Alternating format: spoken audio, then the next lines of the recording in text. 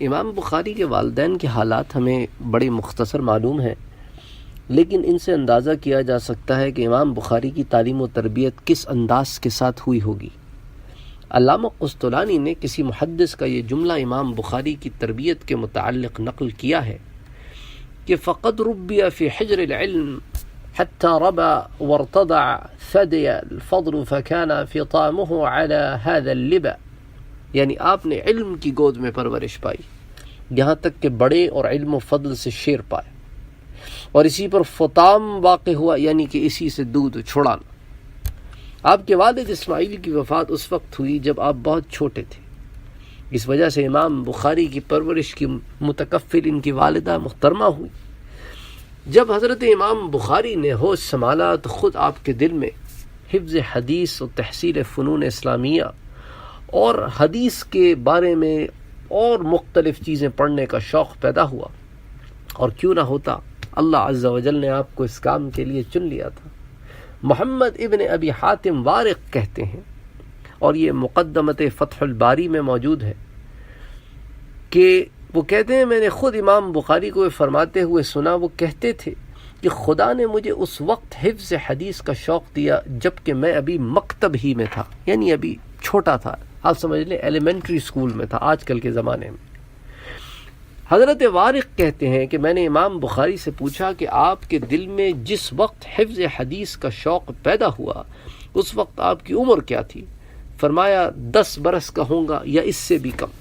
اللہ اکبر، یعنی ہمارے 10 سال کی عمر کے بچے دیکھیں اور امام بخاری کو 10 سال میں دیکھیں، سبحان اللہ۔ یعنی تاریخ بغداد میں، تاریخ دمشق، تہذیب الکمال، تاریخ الاسلام للذہبی، سیر اعلام النبلاء، تحفۃ الاخباری اور کئی کتابوں میں یہ بات جو ابھی آپ کے سامنے پیش کی ہے یہ نقل ہوئی ہے۔ اچھا، اسی سن سے آپ محدثین کے حلقہ درس میں شامل ہونے لگے، یعنی محدثین کے پاس بیٹھنے لگے، عمر کیا تھی؟ 10 سال کے لگ بھگ، سبحان اللہ سبحان اللہ۔ تو امام ذہبی نے تاریخ الاسلام میں یہی بیان کیا ہے۔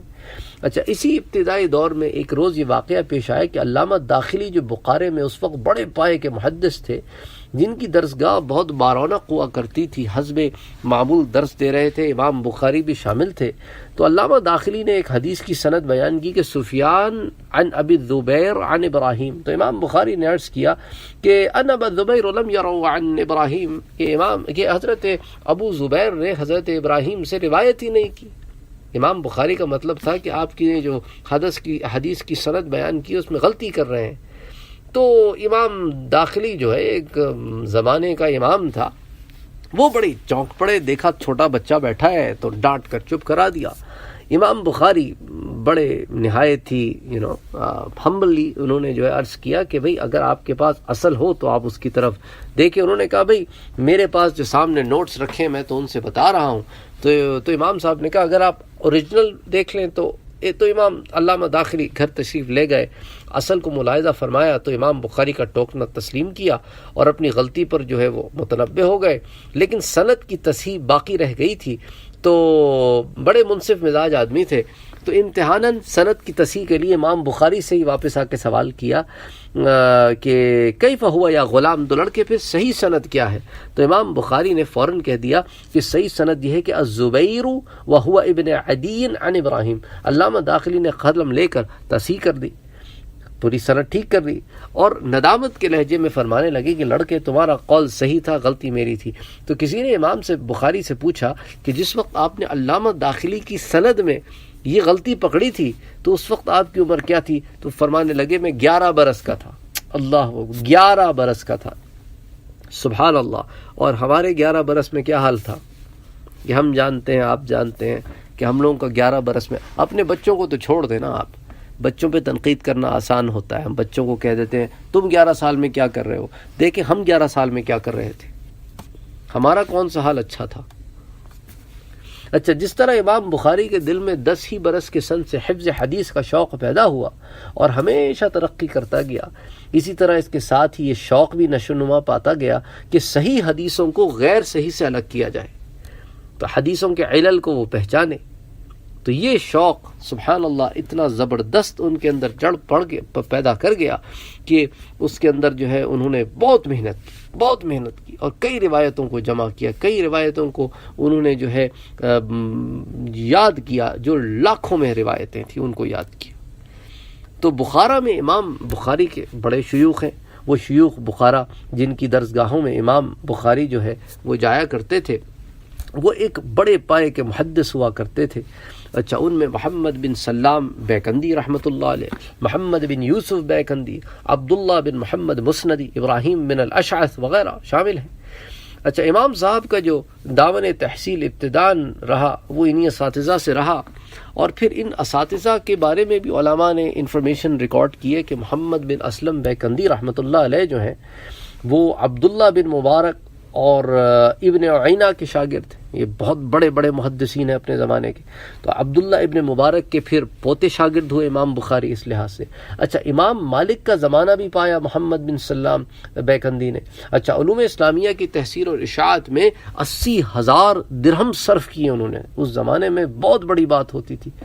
اچھا، یہ محمد بن سلام بیکندی کے بارے میں ایک واقعہ بھی آتا ہے کہ ایک بار شیخ کی درسگاہ میں ان کا قلم ٹوٹ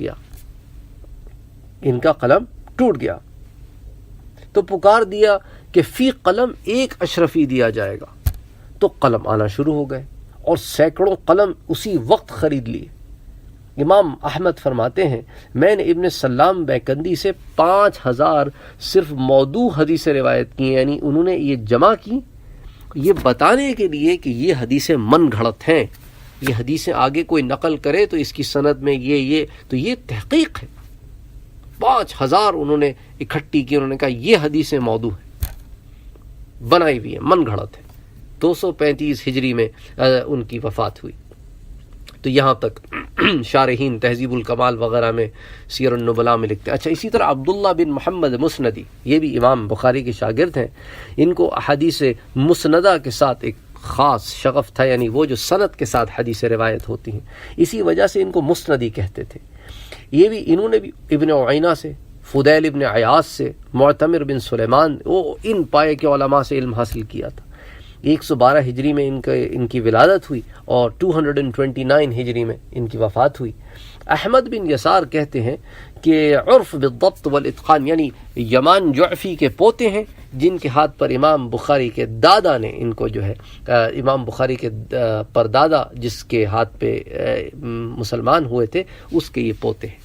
اچھا، اسی طرح ابراہیم بن الاشعث، یہ بخارا کے رہنے والے ہیں، فضیل ابن عیاض اور ابن عینہ کے تلمیذ ہیں، ان کے شاگرد ہیں۔ ابن حمید جن کی مسند حمیدی مشہور ہے، ان کے شاگرد ہیں۔ امام صاحب نے ان سے بہت بڑا ذخیرہ فنون حدیثیہ کا حاصل کر لیا اور 16 برس کے سن تک اپنے وطن کے ان شیوخ سے جو قابل وثوق اور قابل اخذ روایت تھے فارغ ہو چکے تھے۔ سبحان اللہ، یعنی 16 سال کا بچہ کیا ہوتا ہے، ہم کیا کر رہے تھے 16 سال کی عمر میں؟ سائیکلیں چلا رہے تھے، کرکٹ کھیل رہے تھے، ٹینس کھیل رہے تھے، اسکواش کھیل رہے تھے، ویڈیو گیمز کھیل رہے تھے، یہ کر رہے تھے۔ اور یہ 16 سال میں کیا کر رہے تھے؟ اچھا، انسان اپنا موازنہ خود کرے نا، ہم کیا کر رہے تھے، ہم اب کیا کر رہے ہیں اس عمر میں، کیا کر رہے ہیں؟ ہماری محنتیں کہاں ہیں؟ کیا کر رہے ہیں ہماری محنتیں، ہماری عقل، ہماری فراست؟ اللہ اکبر۔ تو یہ اللہ تعالیٰ نے یہ اپنے پاک پیارے بندے پیدا کیے تاکہ ان سے سیکھا جائے کہ اپنی محنتوں کو کس ڈائریکشن میں لگاؤ، اپنے فارغ وقت کو کس ڈائریکشن میں لگاؤ۔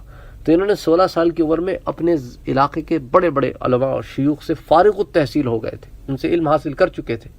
عبداللہ بن مبارک کی کتابوں کو جنہیں مدت سے لوگوں نے ابھی اس تک علم جو تھا نا، اس کا علم وہ پورا ازبر کر لیا تھا انہوں نے 16 سال کی عمر میں۔ اہل الرائے کے اقوال و مسائل، اجتہادیہ جو مسائل تھے، اہل الرائے کون ہوتے تھے اس زمانے میں؟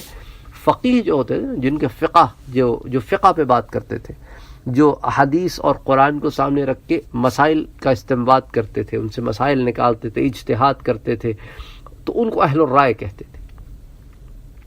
تو اہل الرائے کا سارا علم جو ان کے مکتب میں موجود تھا اس وقت، وہ سارا انہوں نے حاصل کر لیا تھا۔ سبحان اللہ، اللہ اکبر۔ تو اب بہت سارے لوگ جو ہے وہ محمد بن اسماعیل یعنی امام بخاری کے سامنے حدیث بیان کرتے ہوئے تامل کرتے تھے کہ کوئی غلطی نہ ہو جائے. اتنا یعنی حالانکہ ٹین ایجر ہے، 16 سال کا بچہ کیا ہوتا ہے. اللہ اکبر.